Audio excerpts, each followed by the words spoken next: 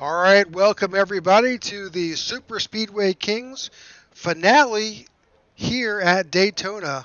Thank you for tuning in to the IWM Broadcast Network. I am Rick Souza, and I'm joined here by my co-host tonight, and that would be Elliot. Elliot, welcome to our broadcast. Hi, Rick. Hi, Rick. Happy to be here. I don't know where Jeff is, but we'll find him maybe next week or next month. But I'm here for now. Somewhere in Florida, from what I've heard.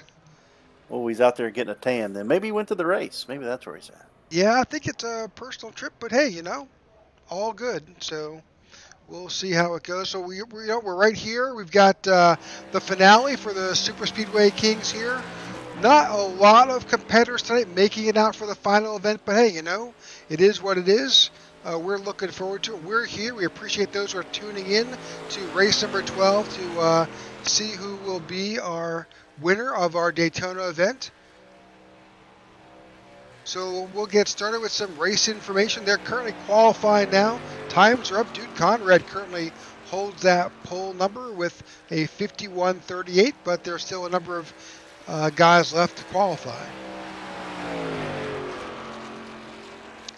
All right, so race information here tonight at Daytona. You've got 77 laps, 2 quick repairs for these guys, 68% fuel, so they must pit a number of times. On average, here at Daytona, that winds up being around 25 or so laps. Pit road speed is a paltry 55 miles an hour. They do have unlimited tires. Doesn't really play a huge factor here. And 2 green-white checkers if we need them. It's a balmy 67 degrees trackside. Surface temperature a 64 degrees. It's no humidity, barely cloudy, and it is an evening event, so we're looking forward to these guys under the lights. Yeah, it looks like we've got just 4 guys qualifying so far with just 13 drivers. Starting position is not going to be all that important, so we'll have to see how it goes here at the beginning. All right, that's pretty much, I think, the end of qualifying.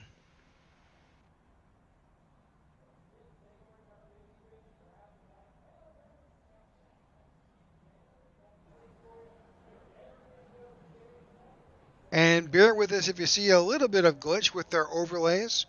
Every time iRacing and others redo or send out an update, well, it kind of impacts everybody else that makes products for iRacing. So we'll just kind of see how it is and bear with it. Yeah, everybody's got a little bit of gremlins tonight. I may have to just watch through the race session. My live stream seems to be freezing up on me, so we'll just see how that goes. But, you said 25 laps on a tank of fuel. That would be a three race stop or three pit stop race with 77 laps for the whole thing. I wonder if somebody can maybe stretch it to 26 or 27 and make it on a 2-stop race. Well, we've certainly seen that in the past. It's the number of races here. The last few have been all about fuel strategy. So right now it looks like the grid is posted, and Dude Conrad remains on the pole with Eric Laurie on the outside. David Overstreet is tucked in behind Dude Conrad, and Robert Jordan is on his outside. Eric Fielder is in 5th, and Kevin Fries is in 6th. Gabe Butler is there in 7th, and Vincent Guerrero is in 8th. Zach Workman in the 19 is on 9th, and Joe Delavecchia is in 10th. Looks like Brian Broussard's going to be 11th, Richard Sanchez 12th, and Todd Siebels will round out the top 13. And then just so you know, that's Guerrero. Yep, well, heck. All right, let's see where the guys are right now. They are beginning to roll off pit road and head out to the racing surface.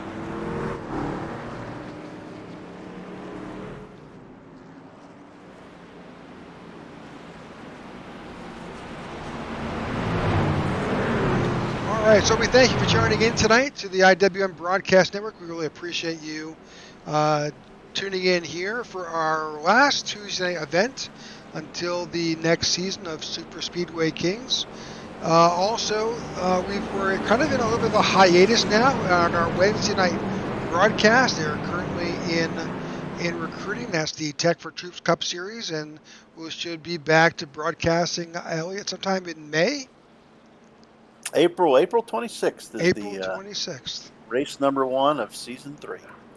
All right, so if you're not doing anything on a Wednesday night, feel free to join in there, and hopefully we'll have something for you here on Tuesday nights around the same time. Looking forward to that. Kind of like I'm looking forward to see what happens here coming out of turn 4. It's been a while since I've broadcasted and been here with you on one of these, so this ought to be fun. All right, so the lights are off on the pace truck, so they're coming down to, I think, out of turn 4. That pace truck will drop off momentarily, and we'll get this race underway.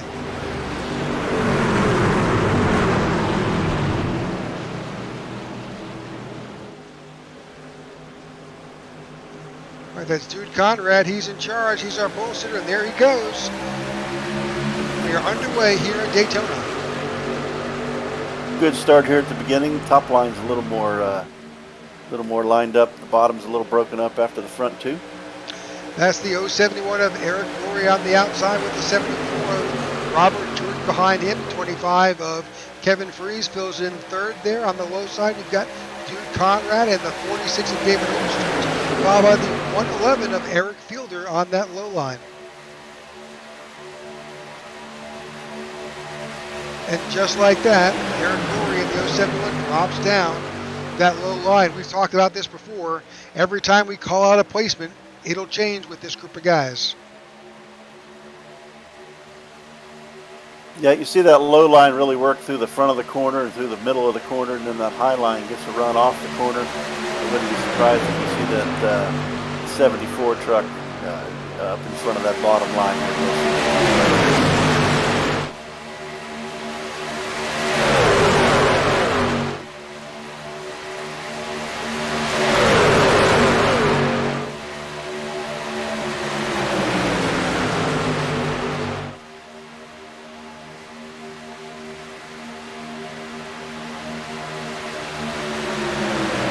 Front 2 and both lines really hooked up there through the back stretch, but the bottom line should carry the middle of the corner, and we'll see if the top line doesn't come back here also.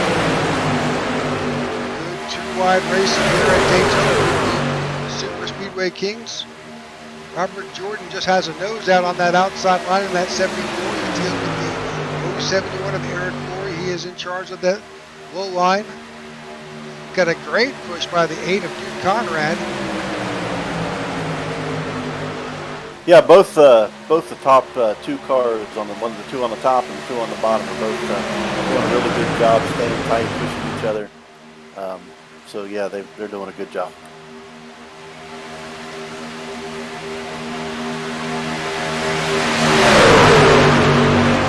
So like always, these guys know that there's 77 laps in this event, and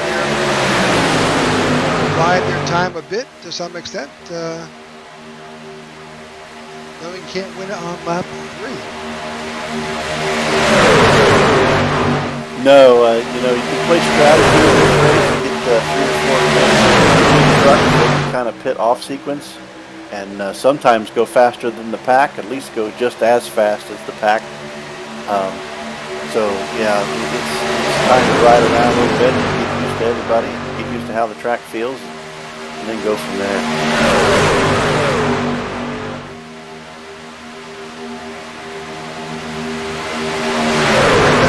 Laps in the books at this point. Some great 2-wide racing at Daytona. We've seen 3-wide in the past. I expect that we will see that as this race winds down.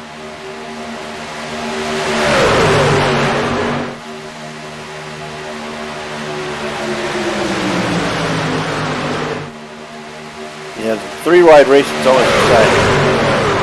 Can't win on lap 4, so I wouldn't do it yet.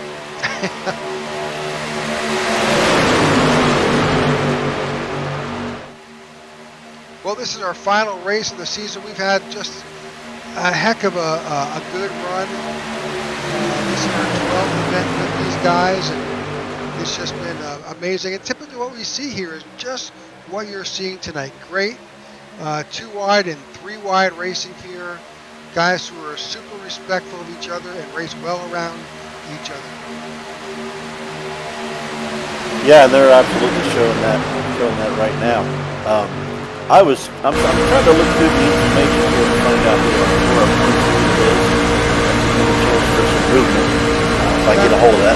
Yeah, I'm trying to dig it up right now so we can kind of get some information.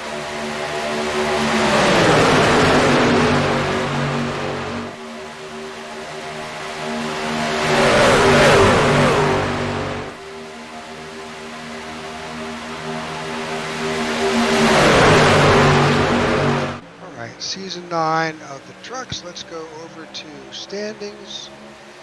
All right, so our standings right now has got Zachary Workman, who's out there tonight. Zachary is in the 19 instant truck. I believe he is leading. You've got Richard Sanchez in the 512. Cody Nagel, who is not here tonight, is in second. Yeah, then I think I was seeing Eric Laurie in third. Him and Sanchez are really, really close in points. Yep, Gabe Butler is in fifth. Dean Wilkinson, who is not here tonight, is sitting in sixth. Todd Sears, who is here tonight, is currently showing in seventh. Robert Rocky in eighth. Edward Krieger in ninth, who is here tonight, and Ryan Broussard, who is also here, is sitting in 10th. We got a wreck.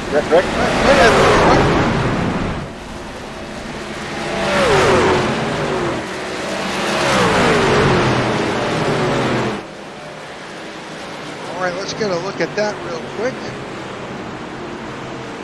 I am guessing that was just what we have seen before with just a little bit of a... Boy, on my replay, it looks like huge netcode or something. The 74 truck just shoots straight forward and then comes down. Well, that made no sense at all. Hang on, let's back that up. Let's look at the far chase or the near chase. Actually, the better shot was from Dude Conrad's shot. If you can see this replay, the 74 has got a pretty big gap. There must be 4 feet between itself and the 14, and the whole rear bumper just implodes. So huge net code. Nothing the drivers did. That is unfortunately something with the iRacing servers, not with the drivers. Yeah, that's exactly what I saw, and I apologize. I can't watch the stream, but that's exactly what I saw from my perspective as well. All right, so as you would expect, everybody's coming down. At least at the front, 1 through 9 is coming down onto pit road, getting service. Everybody is in.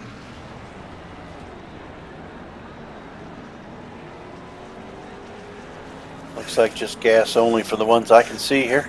Yep, looks like the majority of these guys. Oh, well, Eric Laurie's showing a 15 second stop, 16.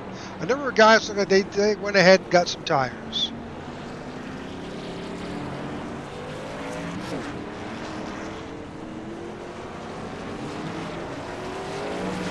Well, yeah, as I look, they have unlimited tires, and with such a small field, absolutely get tires every time if you can.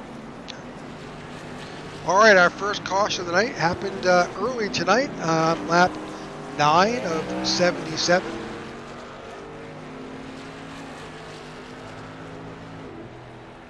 A couple of guys getting some probably repairs done if they were involved in that wreck a little bit later. You know, going back to that net code, and I'm not a computer expert or an iRacing expert, but I know when you race these trucks, the way they have the damage model set up, I mean, gosh, if you hit the wind the wrong direction, it'll dent your truck up. So I don't know if that plays any correlation into what we just saw. I don't know, but we saw that on previous nights here, not in different tracks as well. You know, if you just lined up just at the wrong time, wrong place, you were spinning the guy out in front of you. So, and if you're wondering why a number of folks are back on pit road, if you're watching, we'll take another shot of pit lane. Well, they're getting every ounce of fuel they possibly can in these trucks because it is, as we talked about at the beginning of the broadcast, it could wind up being a fuel strategy event, and being able to top off and get every bit in gives you a lap or two to the moon. Yeah, and you want to make that last pit stop as short as possible. I'm showing lap 10. So if we go 25 laps on a tank of fuel, that'd be what, 35 plus 25 more would be 60. So that last stop at lap 60 or so, you only need 17 laps worth of fuel. So you don't need to be on pit lane near as long.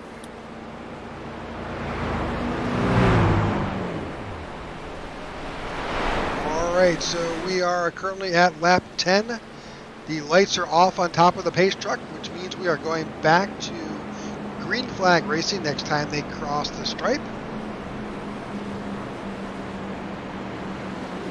See the 14th of Vincent Guerrero kind of running on that apron. That's a fuel saving strategy. Yep, shortest way around, least amount of fuel. We're kind of stretched out here. All the guys that came in the second time on pit road, iRacing will line them up single file on the bottom. That's why you see that. It's the 510, I think, of Sanchez, the lone truck on the outside. I would say that's a bad thing, but I don't think he'll be up there by himself very long. All right, the 14 of Vincent Guerrero takes us down and restarts. We're back under green here in Daytona.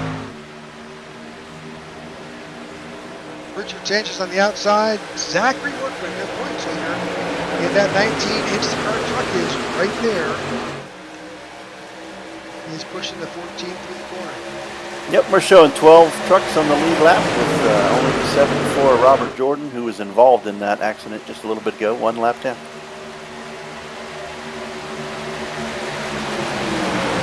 All right, that outside line has a little bit of help. The 052 of Joe Della Vecchia, the 25 of Kevin Fries, the 8 of Jim Conrad, the 07 of Derek on that outside line.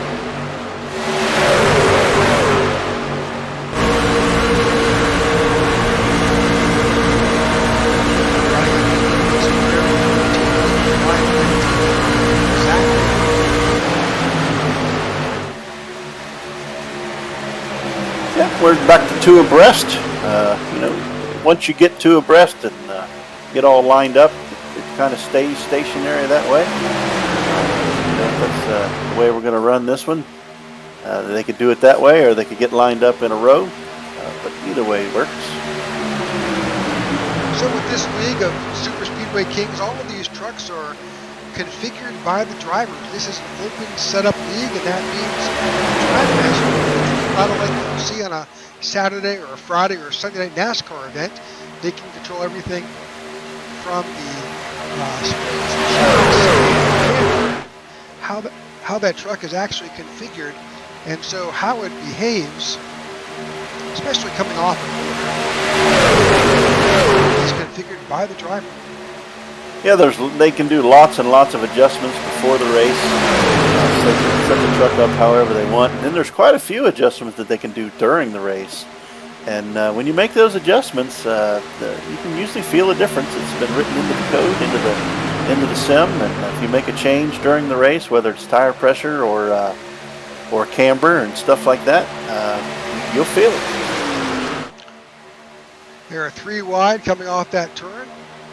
One of the things you can do here, which is kind of like the secret sauce for speed, especially at a control over the tape on the front of the truck, which allows less air into the truck itself. A little bit more tape. It's also a little hotter. Not quite a factor. Yeah, that's one of the things a lot of the guys use. Of course, you have to manage it, and you don't want to put too much tape on early, but if you get a late green-white checker or whatever, some guys will tape it up almost all the way and just go like hell for 2 laps. It's a great 3-wide racing here at Daytona. Not the easiest track to run 3-wide. But no, it most certainly looks wider on the screen than it does when you're in the truck. Speaking of that, you probably can get a good shot from inside, say, Gabe Butler or Todd Siebel's truck. Let's see if we can get an inside shot.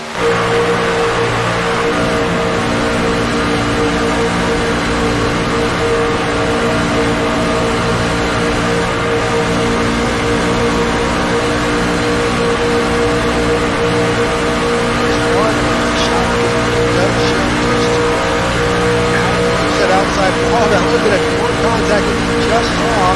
19 came up and tagged the driver's side of the 19 there. And the 45 of Todd Simmons. Dropped Todd a bit, just tucked it behind the 19 to that 14 on the low side. Yeah, I can't exactly see what you're seeing, but I can imagine it. Well, when you're in that end car, you can also see how much the trucks move around. Especially coming on the exit off of turn 2 and off of as you set up these trucks, you're going to have a little bit more swirling. You're not just watching. Those are the corner exit chapters. Yeah, definitely one of the more difficult parts of the race, along with the tri-oval itself, and it also depends if there's a truck tucked up right behind you. That'll make you even looser, and those sections of the racetrack can be a little bit tricky. All right, lap 17 is in the. I guess we're finishing up lap 17 now. On that low line, he's got the 052 of Joe Delavecchi behind him, and 25 of Kevin Freeze on the outside. 19 of Zachary Workman is out there. He's got the 45 of Todd Siebels. Yeah, Zach's worked his way up to the front. He's our points leader, and maybe he can take the win home today.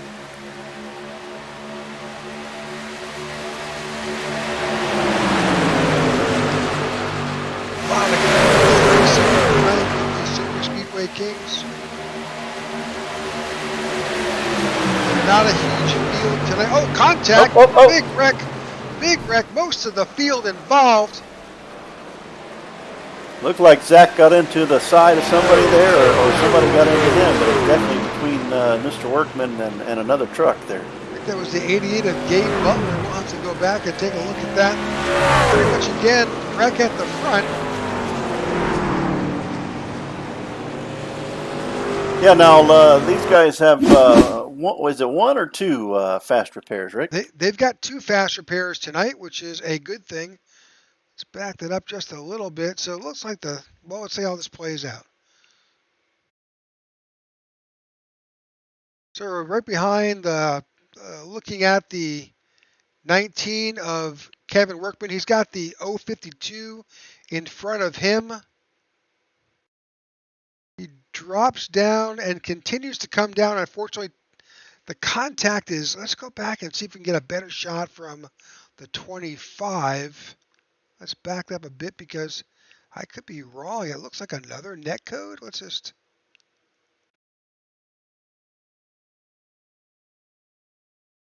Yep. That technically is net code, but that one's not near as egregious. And I've had a couple people explain to me that net code is what it is. Yes, it shows you wrecking, for lack of a better word, without touching another truck. But that if the computer would allow the process to continue, you would have indeed hit the other truck. Yeah, I think it was more just it was inevitable. It was going to happen. Yeah, and that's part of the reason I brought up whether they had 1 fast repair or 2. Knowing now that they have 2, that kind of kind of, whether subconsciously or not, kind of puts it in the back of your mind that maybe you can be a little bit more aggressive, and you've got a couple brand new trucks sitting in your pocket to use up. Well, as you would expect here in lap 19, it's our second caution of the night. Everybody is expected to come down onto pit road. We'll keep an eye on here and see what we see as far as tires go. Yeah, so we're going to come out here on lap 20, and then I assume maybe everybody will come back in and fuel up again here on lap 21. I mean, gosh, if you could go 27 laps, that would take you to 47, and then 57, 67, so you'd still be 3 or 4 laps short. So I think you still got to do 2 stops from here. So it looks like pretty much everybody came down, and well, not everybody. Brian Broussard, Richard Sanchez, they both came in. That was a fuel-only stop, but everybody else so far, 4 tire change. Joe Del Vecchia took right sides only. Zach Workman is in now. Jude Conrad was fuel only. I'm going to keep an eye on this 19 truck and see if he gets to use up a fast repair here. You'll see with the magic of iRacing. There you go. Truck magically, all that damage is gone and it's back to 100%.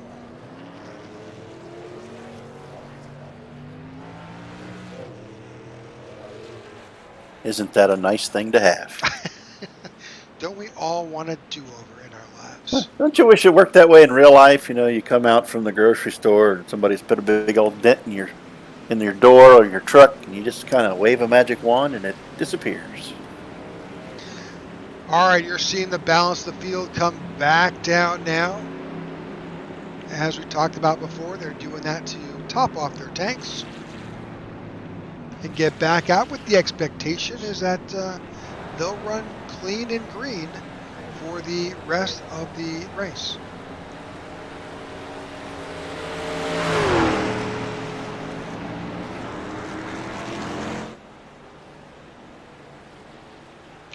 All right, the lights are off on top of our pace truck. Which means we should be going back to green flag racing at lap 22.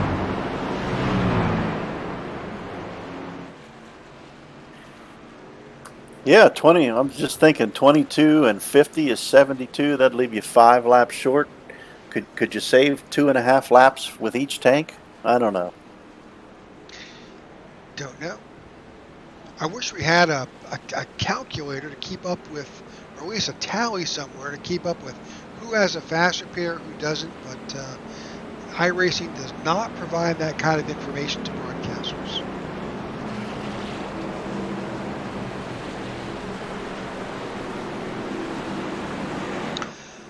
All right, so the field is forming back up. Again, we thank you for tuning in to the IWM Broadcast Network. We try to bring you iRacing events each and every week. We'll be off for the next couple of weeks. We will have a special event coming up in April. There'll be a 5-mile event. It'll be on April 16th. Well, the 500-mile events are always fun to watch. You have to go ahead, Rick. That was a very interesting restart. Kind of the field was not formed up. Well, I was looking at Kevin Freeze kind of taking the top there as the leader, and I think the truck stayed out, so everybody else would have been lined up single file behind him. I think he was just choosing to start on the high line. Well, there is talk about iRacing adopting the hosting session sometime in the next update or two. Not so much in their regular sessions, but there is some talk about that in the hosted sessions. That would definitely put an interesting wrinkle in it, and if they did it in hosted sessions, league sessions, something that the admins could oversee. I'm not sure how they could do it in officials, and as you said, I don't know that they have any plans. I'd really like to see it.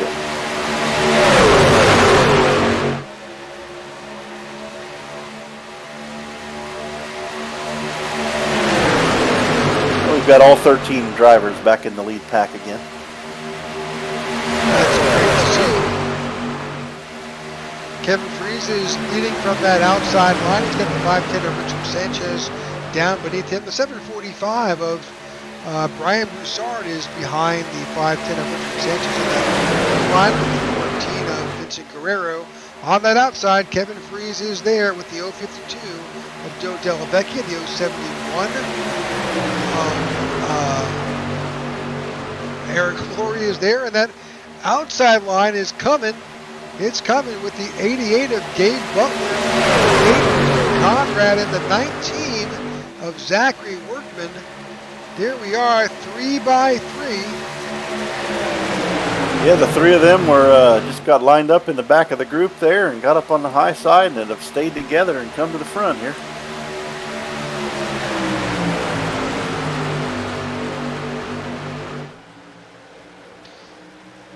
Daytona is one of those tracks where you can do it, but it's not as easy as a wider track like you see at Talladega.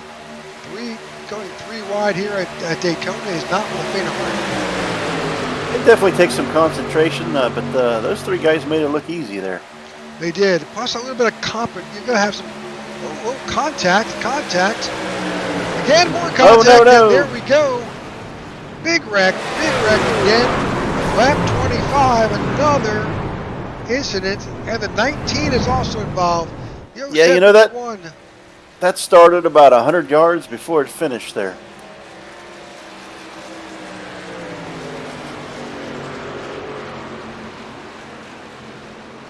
Wow, let's go back and see if we can find out just where that began.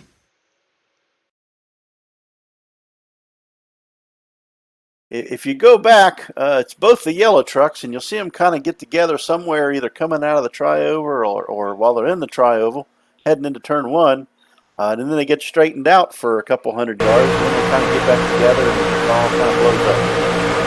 So there was contact in turn 3. I think I've got that correct. Let's back that up a little bit farther.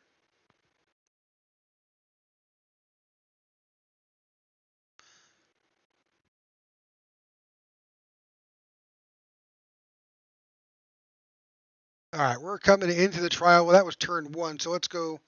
Here we are coming into the tri-oval.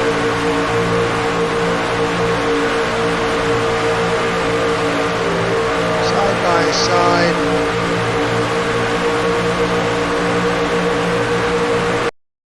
A little bit of contact there right as we enter 1. Shoots the 052 up high. Kind of everybody gets collected again. We're all good. And then the 052 comes down. So I'll try to get a better shot here. You can see those flames coming out of their tail, their exhaust. That's them off the throttle. And then the 51, the 052, the 88, the 8 all get collected. And everybody has got some damage. The 071 gets involved.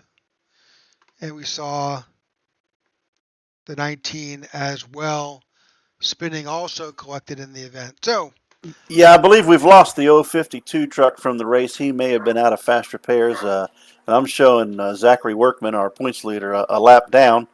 And, just knowing this is our third incident, they're pretty hard to miss. We've got to have a couple other guys that are either down to their last fast repair or that have used them all up now. So I would think we'll get settled down here sometime soon. All right, number of guys on pit road trying to get repairs done, extended periods of time. I think that because this is our third caution, and these cautions have collected the entire field, nearly the entire field. Yeah, everybody's running real close together there, and even that one, every little incident we've had so far has basically been right up front.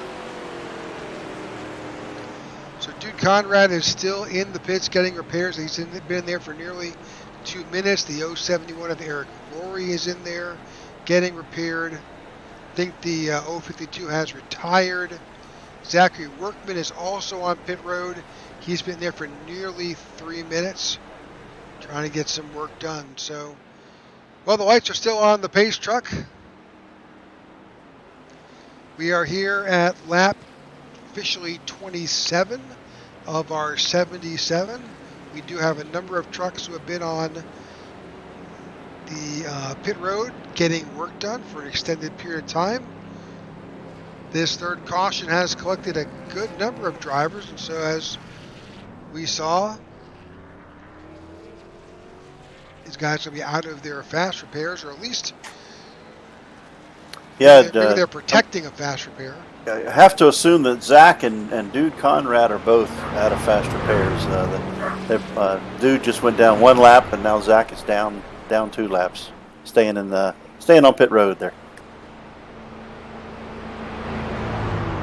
Yeah, if I had to guess how clean that truck is coming out, he may have been in trying to see if he could get it repaired, and basically said, nope, I'm just going to burn a fast repair. Yeah, maybe Eric Laurie as well. He's still sitting there, so I think he's going to be at least 1 lap down.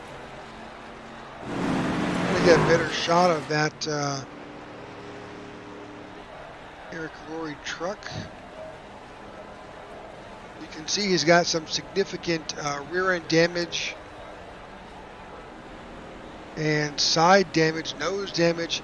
He's definitely got some hurt on that truck right now. All right. Yeah, as I was saying before, and I'm sorry for cutting you off, Rick. The way the damage model is on these trucks, if you just barely touch something, you're going to get a wrinkle, and we know on super speedways that makes it very difficult to keep up with the pack.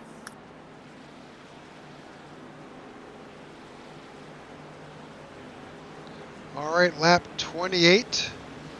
Pace truck is off.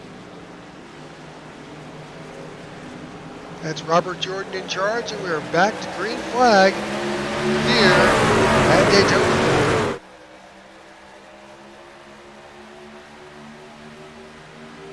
Number of trucks still on pit road. Eric Laurie, Dude Conrad, both in the points. Battle getting repairs.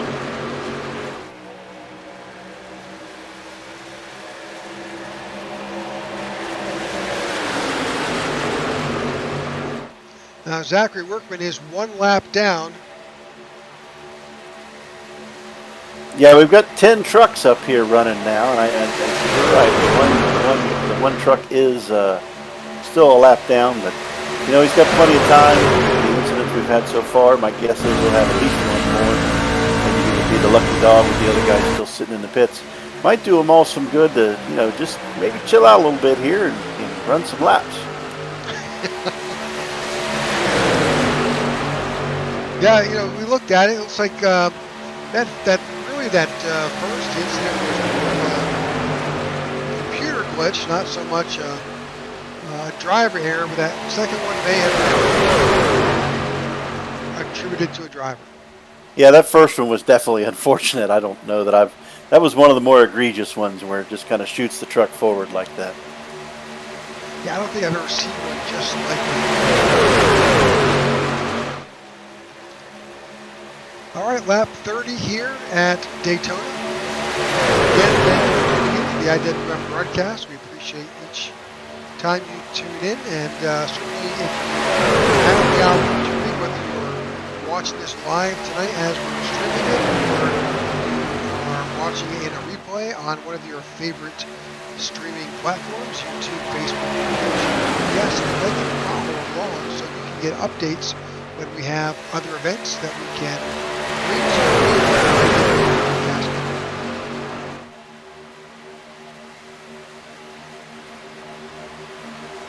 So, Richard Sanchez in that 510 is leading.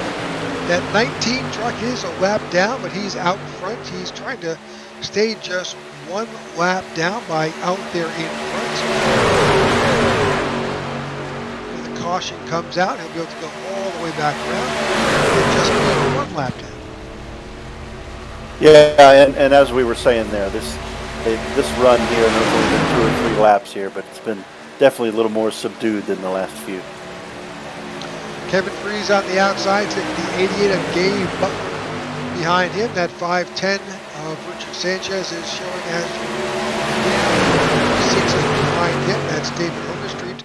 See, the 071 is finally making its way out of the pits. That's Eric Rory. Eric was involved in that last incident and was in there getting as much damage repaired as he possibly could. Eric is currently showing 4 laps down, so it's going to take a little bit of luck to get him back on the lead lap. And I also don't know how fast his truck's going to be. Looks like he came out a little late there, so I don't know if he can keep up with the draft or not.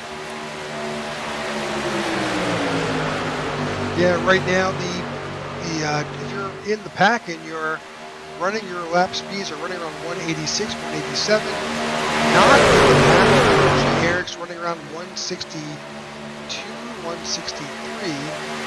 So he's definitely off a little bit then. I believe you should be able to go about 170, 171 by yourself.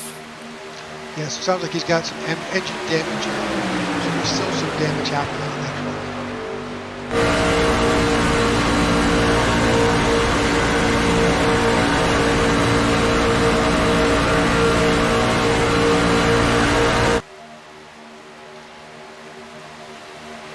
Still watching Zach here. He's kind of playing both lines, trying to keep himself out front. Again, he's 1 lap down, but he's out in front of these trucks. As soon as somebody goes past him, he'll be shown 2 laps down. And if he could keep himself in front of them and get another caution, then he would get the wave around and be ready to go.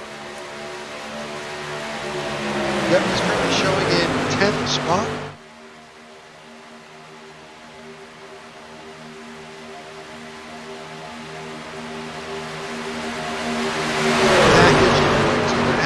Of events here on our Tuesday night series.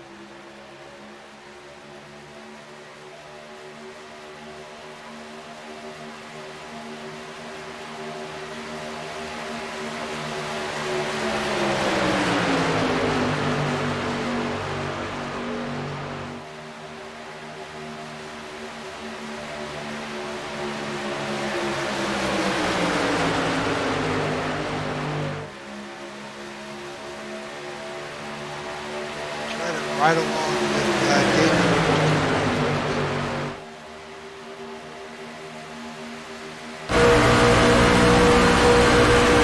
David's back. Trucks ahead. There's some contact happening here. You're always going to see it happen often, especially in speedway racing. You should be pretty effective that happens because the front truck is flat out. He's got his throttle peg all the way, but as you get further back in the pack, Edward that bottom a bit because you've got the aerodynamics of those trucks in front that kind of suck you up close to their bumper and burn as much fuel, but at the same time, you kind of need to back off a bit because you're trying to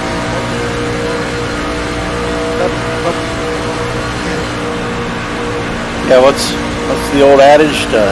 Don't push the pusher. Exactly. You know, and you really, that's good advice to follow.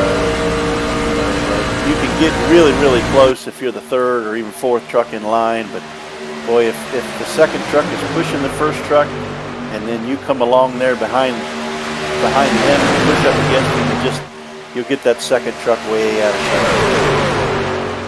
Yeah, if you're the 3rd guy in line, you kind of want to have a healthy gap between you and that one. Not too much to lose the value because with 3 trucks and 4 trucks coming tight with each other, they're super fast at these ways.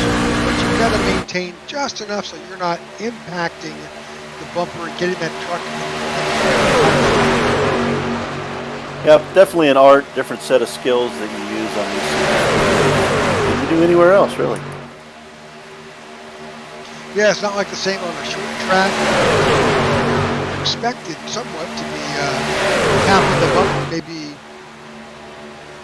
finding a way to get around a guy. May take a little bit of a bumper to somebody, but you're not going to wreck them. Most definitely. You use the brake here, especially if you're out front. You can drag it. You want to come back to the truck behind you so that he can get tucked up behind you just as fast as possible, and then you'll actually go faster that way. But definitely not the same type of brake pedal usage that you would see at a Martinsville, or even in the 1.5 mile tracks. There's some where they don't use the brake, but many of them do. So we're about to approach the halfway point here. This is 39 at the stripe. That gets us to definitely the halfway point here.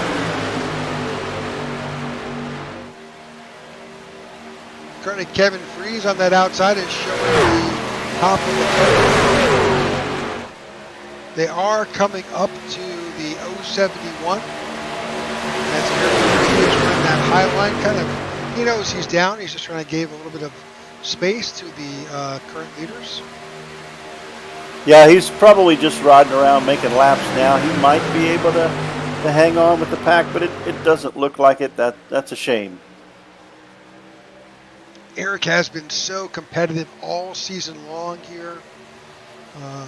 Hard to see him having to pedal that truck around, but it's an unfortunate set of circumstances that. We got another one here. Oh no, looks like they're going to save it. No caution. Was that David Overstreet? That was the 46. I without going back, I don't know who it was. Looked like somebody flipped the apron and just came up into the truck above them, and they were 3 wide there. Let's take a quick shot back, see if that was what we saw.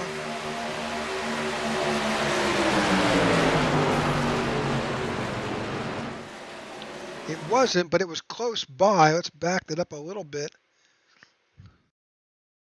Definitely the 14 was involved. They were 3 wide in the back of the pack.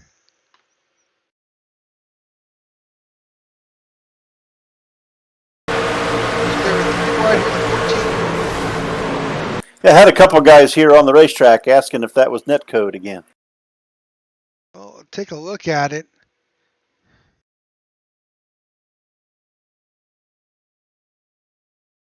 Well, I think it was inevitable. The 14 was, I think the 14 and the 52 were both competing for the same space. And unfortunately, there was contact. Yeah, and as we said, even lots of times when you see netcode, it is inevitable that if the computer didn't jump the gun, we definitely would have seen the trucks come together.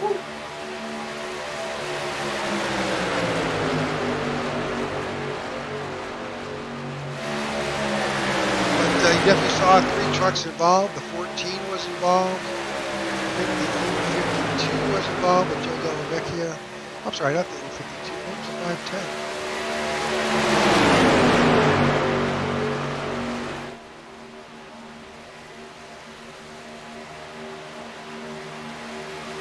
510? Well, I'm showing Brian Broussard, Vincent Guerrero, and Todd Siebels as the 3 guys that are off the pace but still together.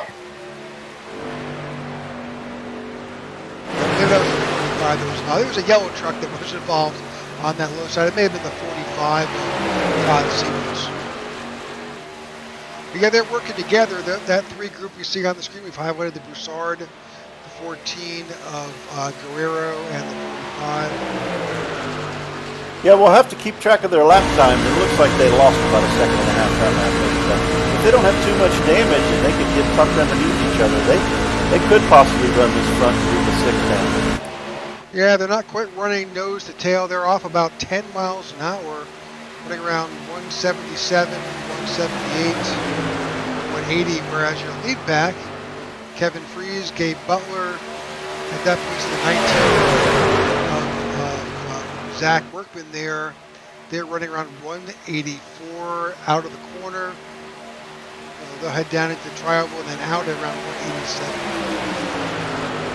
Yeah, that's probably not going to cut it. They probably have damage. Again, these trucks get damaged very, very easily. So with 34 laps to go, we're completing lap 44. These guys pitted on lap 27. If you assume 25 or so laps, we'll see a green flag pit stop sometime around lap maybe 52, which puts you about 8 laps from now, maybe sooner. That lap count of 25 was my recollection. Jeff was always the stat keeper in his book. Should have told me that before he came in here. Well, with that in mind, the 3 trucks lost another 1.5 seconds, so they definitely have some issues, and I believe the 14 truck is going to pit this lap and use a fast repair or get some damage fixed.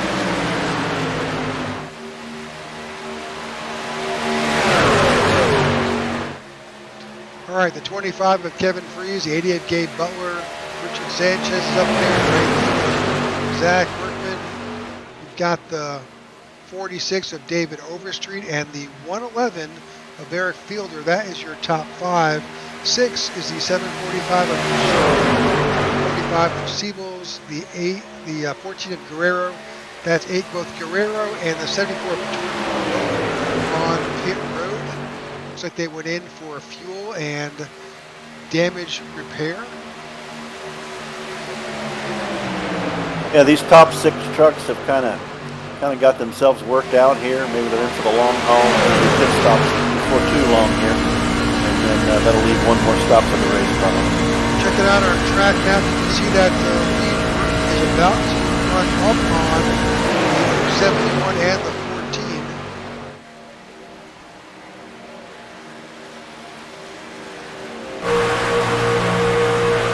The other 2 guys that were involved in the incident before are going to go ahead and take care of their pit stop as well.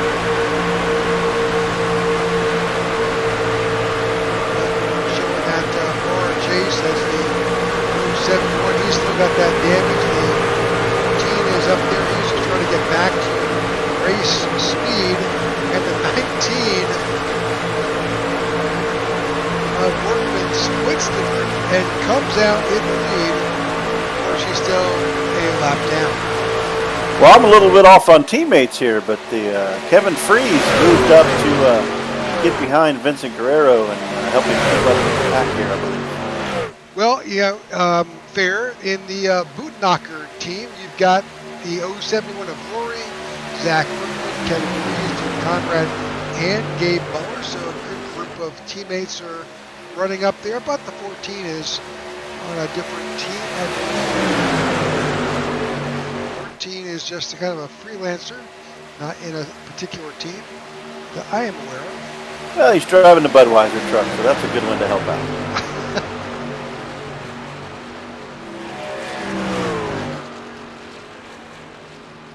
That's the 74 of Robert Jordan making his way around the track. 5 is down off on the apron. I think he's got some damage from that earlier wreck. Yeah, and you mentioned it. We're on lap 48. If our math is correct, another lap or 2 or 3, we should see the front 6 start their pit stops, I believe.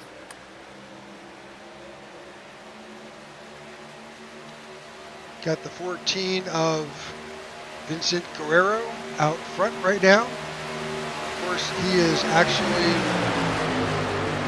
at the tail end of the lead lap.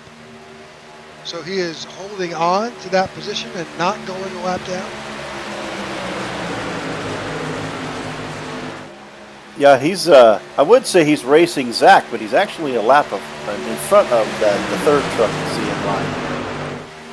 That is correct.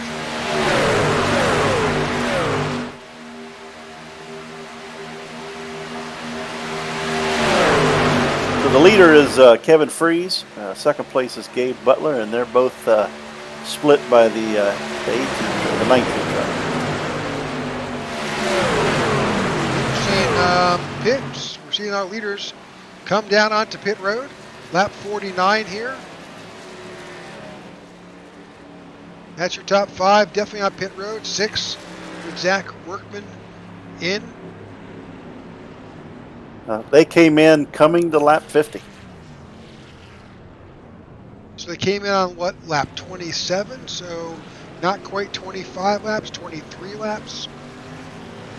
That's definitely going to leave them 4 or 5 4 or 5 laps short here. We'll see.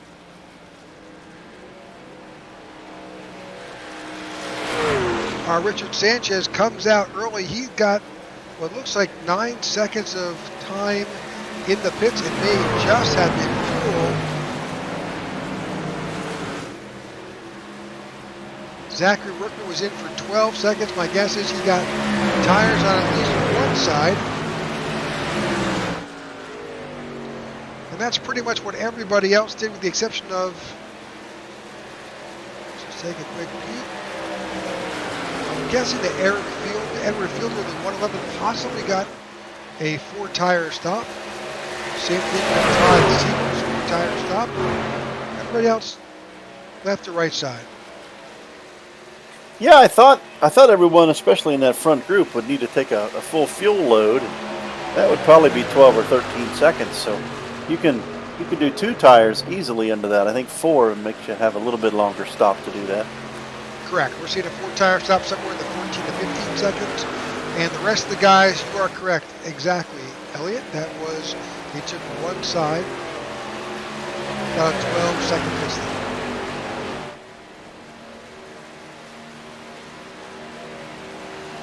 So we're kind of split up here, but we're gonna be back together in another lap or 2 with these front 4 anyway. Yeah, as the rest of the group will probably end up cycling through. We got I don't know what's on the screen. I apologize, but we got David Overstreet and Gabe Butler together, and Kevin Freeze just tagged onto them. They're just a little bit behind Mr. Sanchez. We're going to be on him in just a second. Yep, we popped back there. That is correct. Richard Sanchez is up there. Richard's running with the 19 of Zach Workman and the I believe it's the 74 of Robert Jordan. They're giving him the push. That's keeping Richard just a little bit farther out in front of David Overstreet. He's got about a 3-second gap. I'm glad you pointed that out to me. I was watching the second and third place trucks, but yeah, with the 3 trucks kind of running up front here, and then we're gonna have 3 chasing them. This will be interesting to see which group of 3 can go a little faster. And that lap, it was the second group. Yep, we're dropping back. Take a look at that second group. They are tied bumper to bumper to bumper all the way back, the 46, the 88, and the 25. And what was a +3 is now down to about 2.5-second gap between themselves and that group in front with Richard Sanchez, Zach Workman, and Robert Jordan.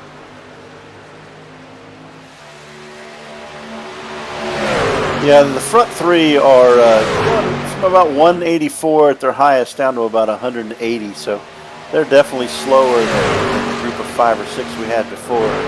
If the 3 guys, which obviously they are, they made up over a second that lap, so they're going to be on them here, if not at the end of this lap, but then at the end of the next one.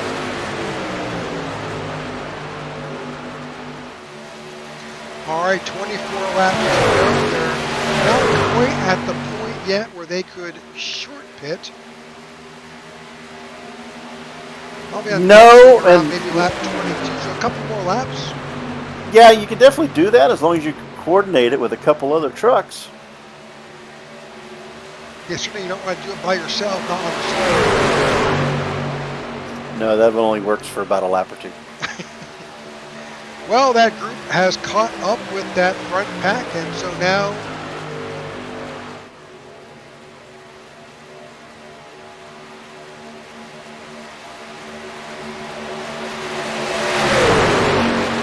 they are right there. Richard Sanchez has moved out to the outside, and it's just kind of maybe just going to duck in and drive. Well, my guess would be he wants to save some fuel and make that last stop as short as possible. Well, that makes perfect sense. Zachary Workman and the 74 of Robert Jordan. Now, Robert is still showing, I believe, on the lead lap, but he's at the very tail end of it. David Overstreet is currently showing as your leader in front 6. followed by Gabe Butler in the 88, Kevin Freeze in the 25, and the 510 of Richard Sanchez. That is the top four, actually.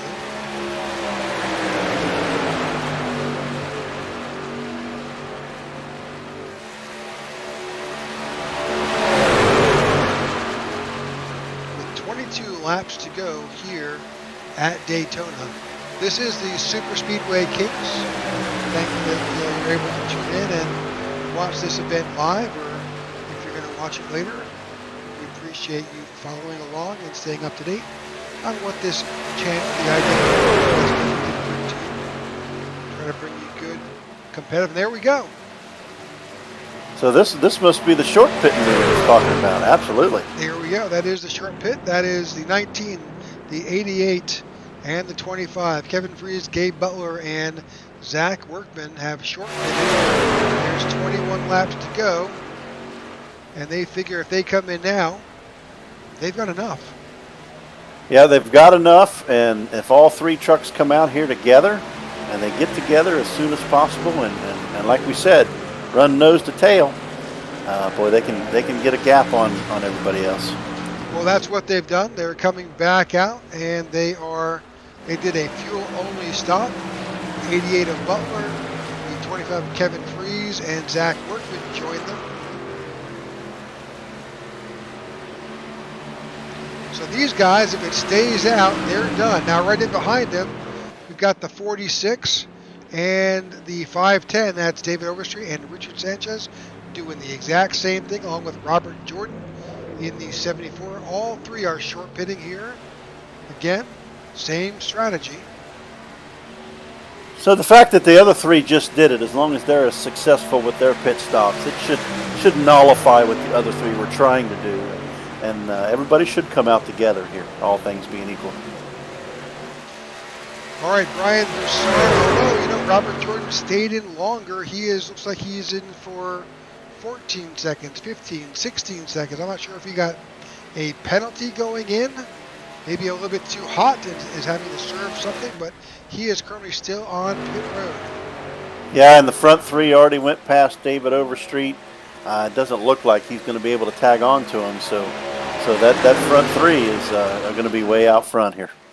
Here's the final group who had not come in yet. That's Brian Broussard in the 745, Vincent Guerrero in the 14, and Eric Fielder in the 111. They are now all in. This would be the last group. I think Todd Siebels has not come in.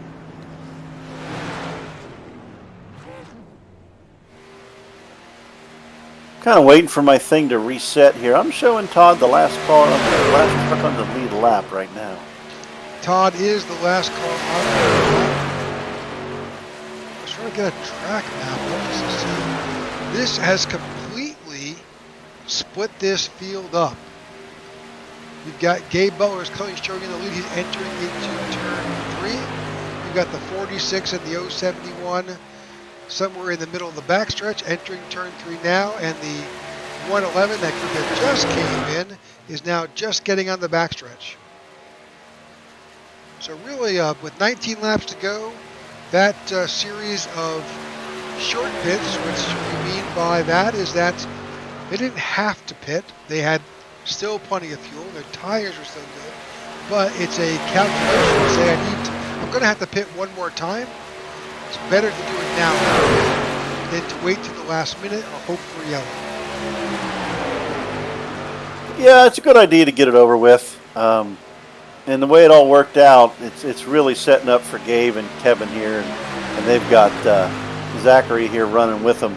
And then that second group is David and Richard Sanchez, David Overstreet and Richard Sanchez. And boy, they're fast, but there's only two of them. And two trucks just can't go as fast as three here. No, that is so true. So we're going back to that second group with David Overstreet and Richard Sanchez, where the other guys are running around 188, 184. These guys are around 179. The only other interesting part would be if you go back another group, you've got Todd and Edward and Vincente and Brian. They're all together. Yep. Boy, if they can go faster than that front group, they've got about 17 laps to make up 27 seconds. Anything's possible, I guess. Flying that ointment is Todd Siebels. He's in that 45 truck. He's at the tail end of that. He did not short pit. His last pit was on lap 46. But if you take that math, 46, 56, 66, lap 68. So he's getting close. Yeah, he'll be pitting here relatively soon. That'll leave 3 trucks. Yeah, it's a long shot anyway, but we'll see what happens here coming down. So they've got about a 28-second gap amongst themselves and that 16 laps to go. I'm not sure that's going to be enough closing time on them.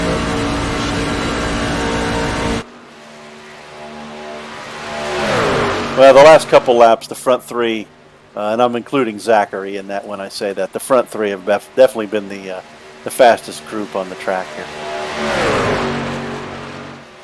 All right, 15 laps to go here at Daytona.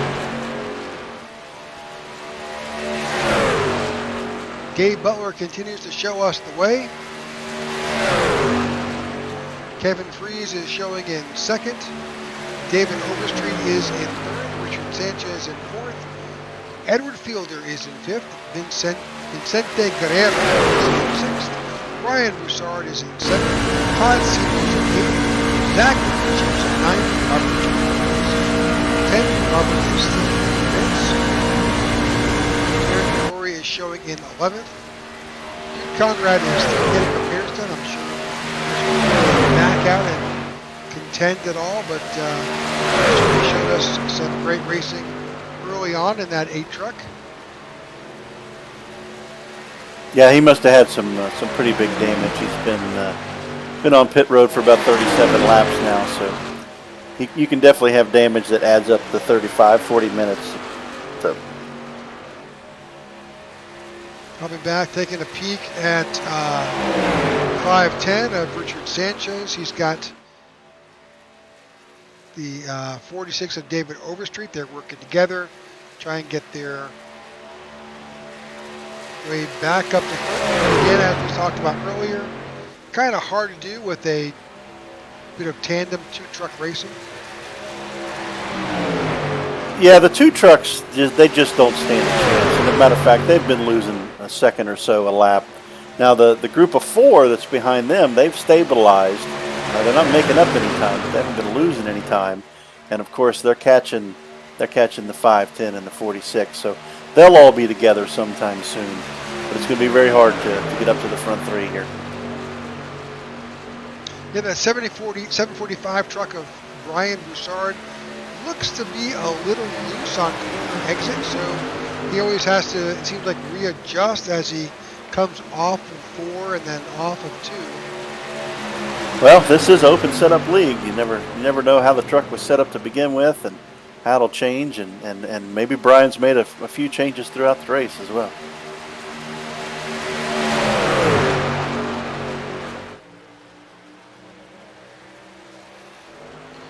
All right, that was 12 laps to go. Back up front with Gabe Butler, Kevin Freese, and that basically it's a Zachary Workman sandwich here as he's in between the 8 and the 25. Zachary is currently our points leader.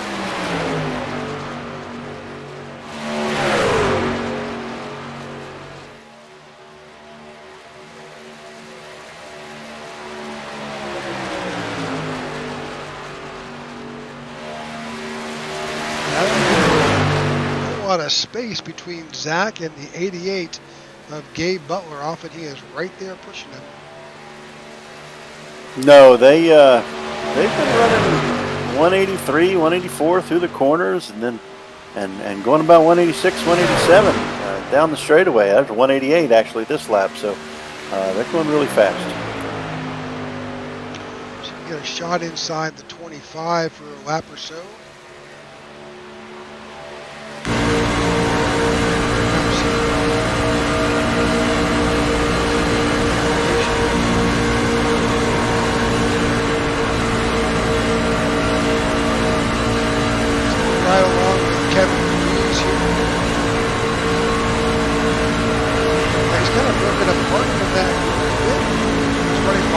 kind of on that outside. You see the speed drop off significantly. Yeah, I was just thinking, and I was thinking in my brain. I didn't say it out loud yet. If he's sitting back there in third place with less than 10 laps to go here, if he wants to make a charge for the win, it's kind of hard to do that from third. He really needs to get himself positioned behind them. Well, what we're showing, we can see his tachometer and his speed. It may be that they are saving. Well, I know who's not saving fuel. That third group is just about caught the second group.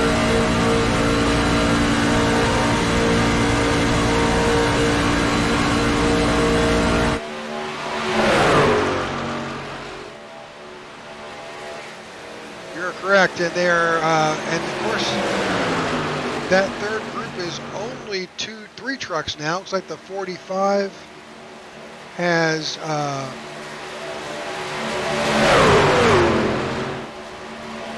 He has gone over pits on lap 66. Unfortunately, he went in by himself.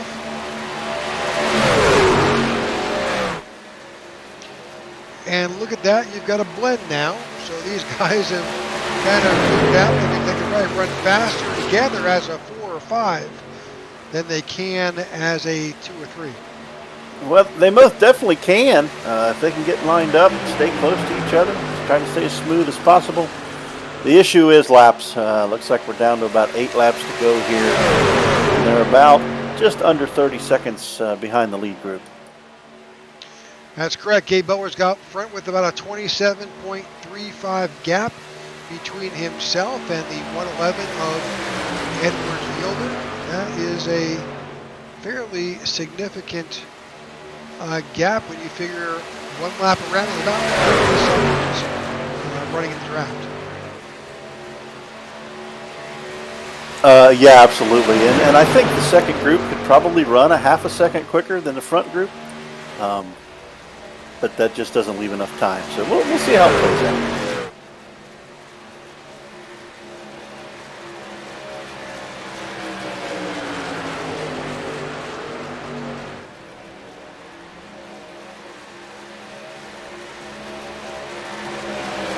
All right, with 7 laps to go, you've got Gabe Butler showing in the lead. 19 of Zach tucked in behind him. 25 of Kevin Freeze right there. And they've got a fairly good gap between themselves and the next group of trucks. Oh, contact. 19 is sideways. He saved it. Now, if that front group breaks up, maybe that's a different story. As a matter of fact, this second group made up 8 tenths. So they're definitely running faster than the front 3 now. But again, they're still about 26 seconds behind, and the laps are running out. Well, this first group kind of broke apart for a good half a lap here with that. Looks like the 19 caught the that little spot where the apron meets the racing surface and kind of upset the truck. But they are back to nose to tail. Cost them a little more than a second. That little speed fall they had there.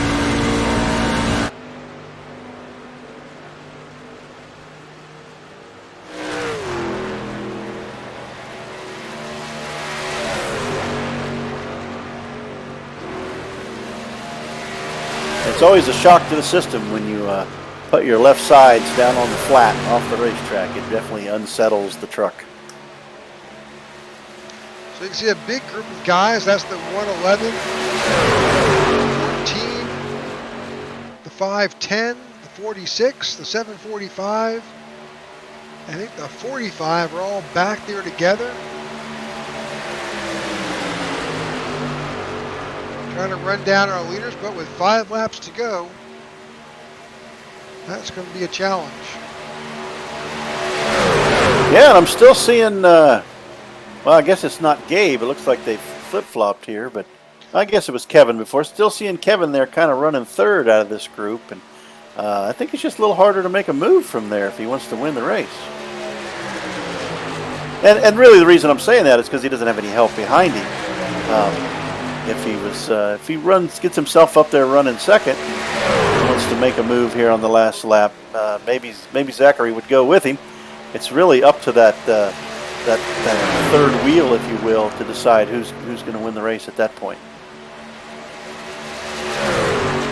Well, with 4 laps to go, this race, all winding down. Zach Workman, although he is sitting 2 laps down officially, is currently your points leader. I'm not sure how this will all end up. Maybe it'll end like the 1979 Daytona 500 did.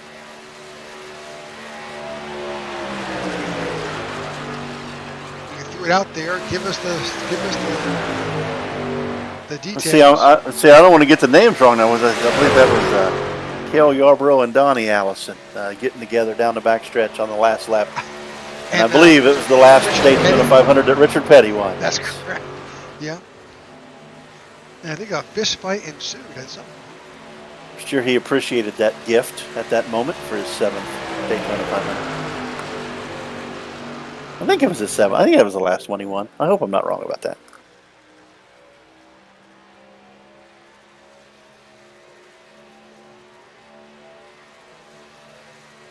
All right, coming across the stripe, we will be there with 2 laps to go. 2 laps to go to finish our Super Speedway Kings Truck Series, and we're doing it in style at Daytona. And not to beat a dead horse, but that second group, I'm going to wait another couple seconds for an update. They've made up well over 5 seconds over these last 6 or 7 laps here.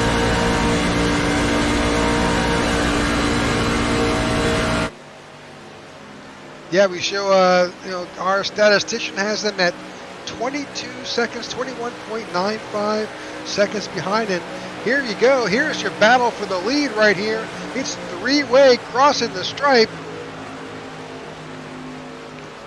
These guys are running down. Here we go, crossing it. Gabe Butler, final lap. Here we go. They're doing this 3-way. This is like Ford versus Ferrari? Well, I was going to say we got a Chevy, a Toyota, and a Ford, but I'm wrong. It's 2 Chevys and a Toyota sandwiched in between. Well,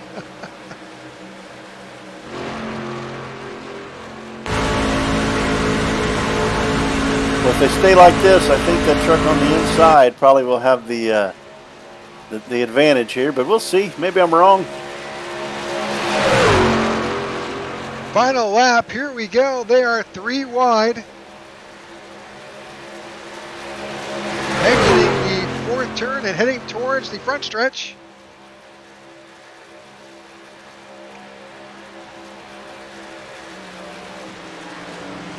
Gabe Butler is our unofficial winner here. Gabe took the win. Zachary might have crossed the finish line before both of them. If that's the case, he'll be going around another lap. But yeah, Gabe took the win, and Kevin finished the 2nd. How about that second group there? Looks like they're finishing up. So Fielder. So let's get our unofficial results. Let's see if that will populate. We'll get our final. Still waiting for the last of our competitors to cross the stripe. Fireworks are going off here in Daytona. Wagman has signaled he's trying to get that 19 of Workman across the start finish, which he does. Yeah, Zach's the champion. It's good to see him finish the race. Maybe he's going to do a little celebrating here, but I always say it's a bad sign when the fireworks are going off and you're still trying to finish your race.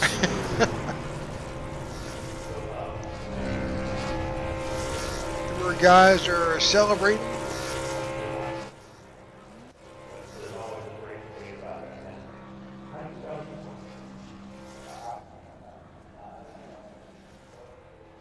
We're trying to get a camera. There we go. That's Zach Workman celebrating his win. So let's go ahead and get to the final results.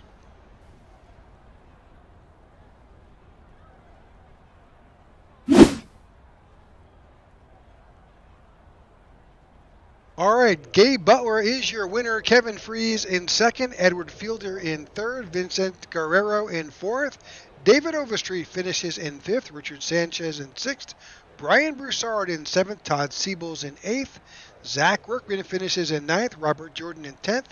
Eric Lurie in 11th. Dude Conrad in 12th. And Joe Della Vecchia finishes in 13th. Yeah, we had a very, very exciting race there. The first half of it, the first third of it, quite a few cautions. Kind of took a couple of guys out, and then everybody got settled down. And once Gabe and Kevin got themselves separated from the rest of the group, it was just smooth sailing from then on for them. All right, so stay tuned. We'll have some driver interviews. Let's see if we can round up our drivers here. See if we can find Mr. Edward Fielder first.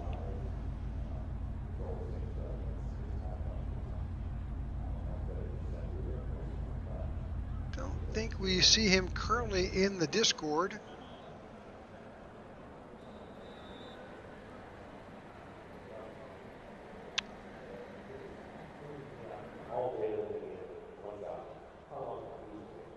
All right, so let's see if we can bring in Mr. Kevin Freeze.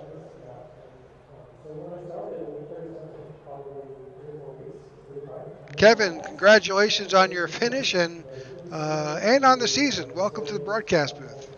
Thank you, guys. It's a fun How show are you for all that. tonight? We're great. It was good to watch you guys run. A little bit of excitement those first few laps. Yeah, a little bit of wrecking in the beginning. I don't know what was going on, but some of it, there was one really horrible netcode that seems to be popping up more and more frequently with these trucks. Yeah, you'll see that pretty plainly in the replay. We highlighted that fairly significantly. The second incident, and I think the third, it was more just a couple of trucks going for the same space, not quite. But certainly that first one was pretty terrible. Yeah, I went back and I watched that one in the pits because I think I was one of the only people who made it out clean. So I was like, they said it was netcode, and then I went back and it's like an explosion off Vicente's. I think it was Vicente to Robert's bumper, and yeah, but it's happened. I think in like 3 or 4 of my races recently, and it's really getting old. We've had a few races decided by that, so. Yeah, that's super unfortunate. You want that to be there when it's inevitable and the computer takes over, but when you've got a half a truck between yourself and the others, that makes no sense. Yeah, no, like I can understand it if the cars are going to make eventual contact, but I mean this one, everybody was just basically, it looked like chilling out, pushing nice and easy, and then all of a sudden he just gets like rocketed forward, and I mean you're not going to hold on to it with the way that these trucks push. Nope. If you don't mind, I'm going to go ahead and bring Gabe in because Gabe as our winner, and then we'll bring Zach in because he was our season champion, I believe. Yes, he was. Gabe, congratulations and welcome to the broadcast booth. Thank you. Good to see you out there. You guys, it looks like you're having a bit of fun at the end there where you're running 3 wide around for that last lap. Yeah, why not? I mean, last race of the season, Zach already had a championship wrapped up, so, I mean, might as well have a bit of fun. Absolutely. Well, it was good to broadcast you guys this season. We enjoyed it here on the IWM Broadcast Network. And I'm going to go ahead and bring Zach in. Congratulate our season champion. Zach, welcome to the broadcast booth and congratulations on your season win. Thank you, guys. It's fun to watch over the last 12 races, and certainly it was fun to watch you guys over these last few laps. We were certainly the short pitting strategy was wild those last 21 laps, and certainly we were hoping that second group would catch up, or the third group, but didn't quite have enough gas to get around. Yeah, my fuel, like, when I looked down at my fuel, it was all messed up because I was the 2 laps down. So whenever Gabe and Kevin went, I was just going to go with them. So just followed, and Had a little bit of fun at that. Try to make a nice 3-wide finish so it at least looked good on the broadcast. It looked great. And in fact, during the course of the event, there was some great 3-wide racing for a while there. We did see you caught a little bit of that apron there. We were kind of hoping that you weren't gonna lose it, but you saved it. That was good to see. Yeah, the steering wheel did most of the work there. I was just trying not to wreck and just having fun with Kevin and Gabe mostly. It's great to see. And as I was saying earlier, this has been a great season to watch you and the rest of the Super Speedway Kings get around. We certainly enjoyed having you on Tuesday nights and being at the broadcast, y'all. Yeah, it was fun this season. Probably wish we had like a little bit more trucks so there's more action out there, but no, it was still a lot of fun. You know, I do love Tuesdays, and I'm appreciative of Jimmy getting me over here at first on Tuesdays, and then Kevin continuing on. Just trying to fill up the room. I like racing with these guys, but probably be stepping back on Tuesdays. Personal life changes, so probably be stepping back a little bit. Not going to be full time. Just race when I can, but I'll definitely be in the YouTube chat and check you guys out when I can. All right, so let's go through shout outs as the season wraps up. Kevin, Gabe? Yeah, thank you to all the drivers who kept coming out, supporting the league. Hopefully we can boost our numbers for next season. When we start that up, we'll be deciding when that's going to start back up soon. And yeah, thanks to drivers who came out tonight. You guys for putting on the broadcast. You guys do a great job. It's fun when I'm at work on my Tuesday nights and I can watch it while driving around in my truck. So I really appreciate all you guys put into this league as well. Oh, we enjoyed it, certainly. Kevin? Gabe?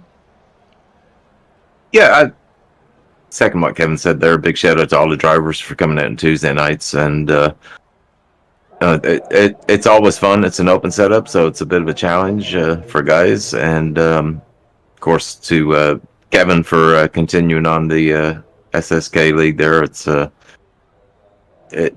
little bit difficult and can be annoying at times, but he did a great job, and of course you guys again for your fantastic broadcasts. It's always a blast going back and look at these things, and if like Zach, if I have to miss a race, or like Kevin, if they have to miss a race, we can all go back and look at it later on. So we really appreciate you guys. You did a fantastic job. Thank you very much. Zach, how about yourself? Any shout outs tonight? Yeah, shout out to you guys for continuing on and watching us through the season. We had a lot of ups and downs, and maybe some like emptier rooms than we were kind of expecting this season, but I expect a lot of the guys to come back and this league to be thriving again. But appreciate Kevin and Gabe and all the people behind this and keeping it going. Made Tuesdays a lot of fun, with the guys that came out, and then gotta thank all the fans and supporting, watching this. It's kind of boring watching us go in circles, so you guys have the hardest job out there to make it a little bit entertaining. But we try our best. Yeah, just appreciate you guys following us through the season, and can't wait to see you next season. Sounds great. Kevin, we still have an event coming up on April 14th that weekend? Yeah, we're working on that, getting it up and running. We're going to have a 500-miler. More to come for the people who are registered. And, yeah, hopefully we'll see everybody out there. Sounds great. We'll keep up with that. So, all right, folks, thank you so much for tuning in tonight. And as you have for the past 12 weeks here watching the Super Speedway Kings, we certainly feel appreciative and humbled by those who have watched and who have tuned in later in replay form. So we thank you again, and we hope to see you next time we're with the Super Speedway Kings. Have a great night.